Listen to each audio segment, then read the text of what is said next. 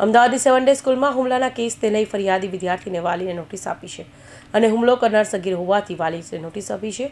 વાલીઓને બાળકને લઈ હાજર રહેવા નોટિસ આપી છે. અમદાવાદ ખોખરાની 7 ડે સ્કૂલની વિદ્યાર્થીનીની હત્યા બાદ ફરી વખત મારામારીની ઘટનાને લઈ વિવાદમાં આવી છે.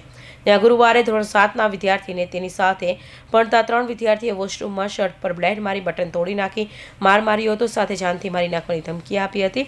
ભોગ બનનારની વિદ્યાર્થી મોનિટર હોવાથી સ્કૂલ છૂટતા ગોપ લઈ નમા ન ચાલતા તેમને લાઇનમાંથી બહાર કાઢતા ઝઘડો થયો હતો. મહત્વનું છે કે સ્કૂલ તંત્રે લેખિતમાં વાલીને અરજી કરી હોવા છતાં કાર્યવાહી નહીં કરી હોવાનું સામે આવ્યું છે. આ અંગે સગીર વિદ્યાર્થીએ પિતાને ખોખરા પોલીસ સ્ટેશનમાં ત્રણેય વિદ્યાર્થી સામે ફરિયાદ નોંધાવી છે. બ્લેડથી હુમલાની ઘટના બનતા સ્કૂલમાં ખાનગી ડ્રેસમાં પોલીસ કર્મીઓ મૂકવામાં આવ્યા છે, તો સ્કૂલની બહાર પોલીસનો ચુસ્ત પોલીસ બંદોબસ્ત ગોઠવાયો હતો. અગાઉ વિદ્યાર્થીની હત્યા બનાવમાં પણ પોલીસે બંદોબસ્ત ગોઠવવાની જરૂર પડી હતી. पहले ये लोग लाइन में नहीं चल रहे थे, उसमें जो बोलचाल हुई उसी दिन वही सबसे पहले बार उनमें झगड़ा हुआ था. आगे सर किस मुद्दों पे जांच रहेगी? आगे अभी जांच में ये जो शर्ट है शर्ट का निरीक्षण होगा और जो स्कूल में भी अगर और किसी की बच्चों को इन लोगों ने कभी भी कुछ धमकी दी या नहीं है उसकी तपास करेंगे. स्कूल में इससे पहले ये जो 3 बच्चे हैं उनके खिलाफ कोई स्कूल में कंप्लेन आई या नहीं उसकी तपास करेंगे.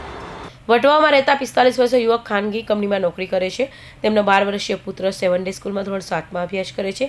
પરિવાર પુત્રની ઘટના અંગે પૂછતા જણાવ્યું કે તે ક્લાસમાં મોનિટર છે, જેથી 4 ફેબ્રુઆરીએ બપોરે સ્કૂલે છૂટી તે સમયે વિદ્યાર્થી બધા વિદ્યાર્થીને એક લાઇનમાં કરાવતો હતો, જેમાં 3 વિદ્યાર્થીઓ લાઇનમાં ચાલતા ન હતા, જેવી સાઇડમાં ઊભા રહેવાનું કહેતા ઝઘડો કર્યો હતો.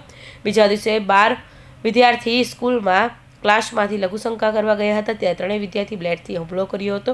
ઘટનાના પગલે પોલીસે 3 વિદ્યાર્થીને બોલાવી પૂછપરછ હાથ ધરી છે. કૌશિક પટેલનો report, hit TV news, Surat.